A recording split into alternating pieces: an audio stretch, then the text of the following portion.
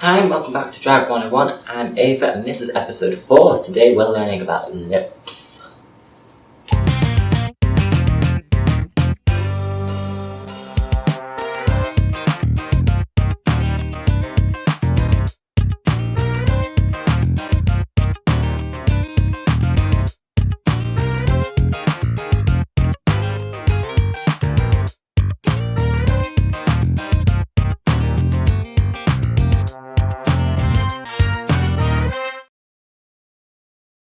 So the first thing to talk about, lip liner or no lip liner. What does it do?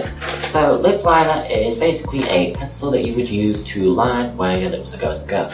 Why to do this? Because lipstick can bleed, and what the lip liner does is it's like a solid, more solid kind of consistency, so therefore it will contain the lipstick and stop that from bleeding out. Now if you're someone who does drag, who overdraws their lips a lot, what lip liner also does is it lets you kind of sketch out where your lips are going to go and lets you kind of draw on a shape, colour it in and stuff, and then you get to colour that in with the lipstick rather than trying to draw on lips with just the lipstick. Lip liner is also good because a lot of the time it can be darker than lipstick, or it can like be a different colour to the lipstick, which is kind of nice if you're trying to work with dimensions or something. So I'm going to talk about lip contouring actually. So what that is where you try to create a natural kind of dimension using lips. Because lips aren't always just a flat colour, especially if you're overdrawing, you need to know this so you can create a real looking kind of lip shape. So basically, they're dark on the outside and light in the middle. What this means is you would use a darker colour on the outside of your lips and then lighten it in the middle. Now if you're overdrawing them, anywhere that gets overdrawn is going to appear lighter because it's just reflecting the light more. So to counteract that, you make that darker. But also you mainly make the outside of your lips, like the outer edges, darker and make that blend in and have the very centre be lighter.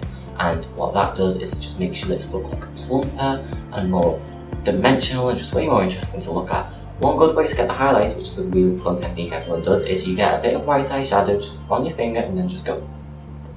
Some more things you may want to consider with lip contour is things like there's shapes on your lips you don't really notice, but there's things that are more present in plump lips that you may want to recreate on your own lips, such as like a dent down the middle of the bottom lip, or there's like one on each side, kind of the opposite of your cupid's bow, like there.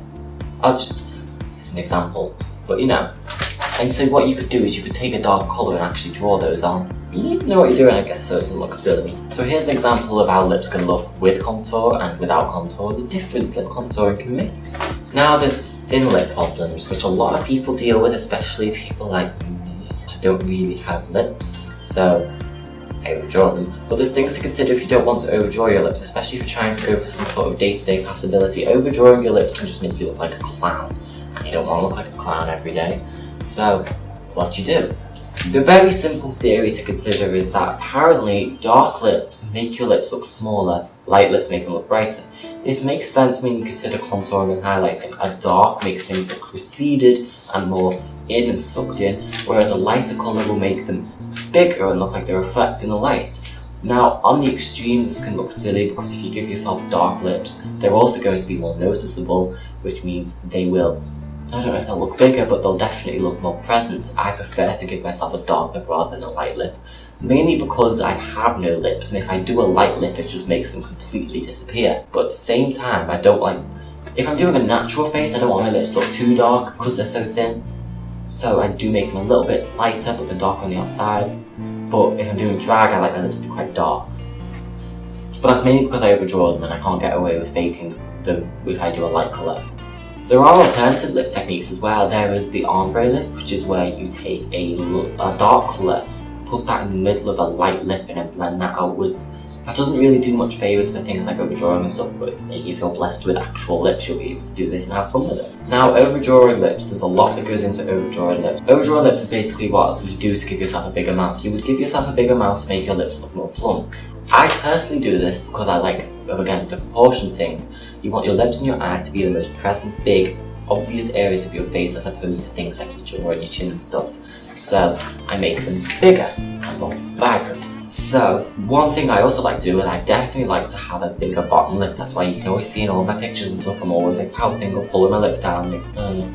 Because what that does is I personally think I've got a big square boxy chin. So So if I have a bigger bottom lip, that makes the area of my chin get taken up with some lip, and therefore my chin area becomes less. So therefore I have less chin. In my mind, that kind of makes sense. Or I suppose therefore also just have a smaller chin, my lips will be fine.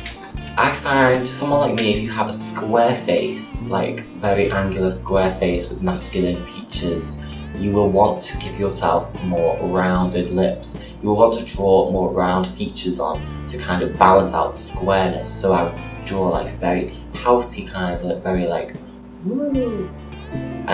Not much structure or focus on, say, the Cupid's bow. But then there are other times where you would want to do that and give yourself a fierce Cupid's bow, so you would start off with drawing a V. Now, how I overdraw my lips is I plot out all the points first and then overdraw it. So I draw the middle of the lip, which is the Cupid's bow, like dip. I draw each side of the Cupid's bow, so then it looks like I've got like 3 lines on my face kind of arranged in a V shape. And then what I used to do is I would attach them together and then attach them to the corners of my lips and then maybe round it off, add, take away, whatever. I do like to do this with a nude pencil because I find a nude pencil is easier to take away from and add to than if you just go straight in there with something like a red or a purple. Another thing to consider is the sides of your lips. I feel like overdrawing the sides of your lips is something you should only really do if you know what you're doing and if you're going for a high like drag look.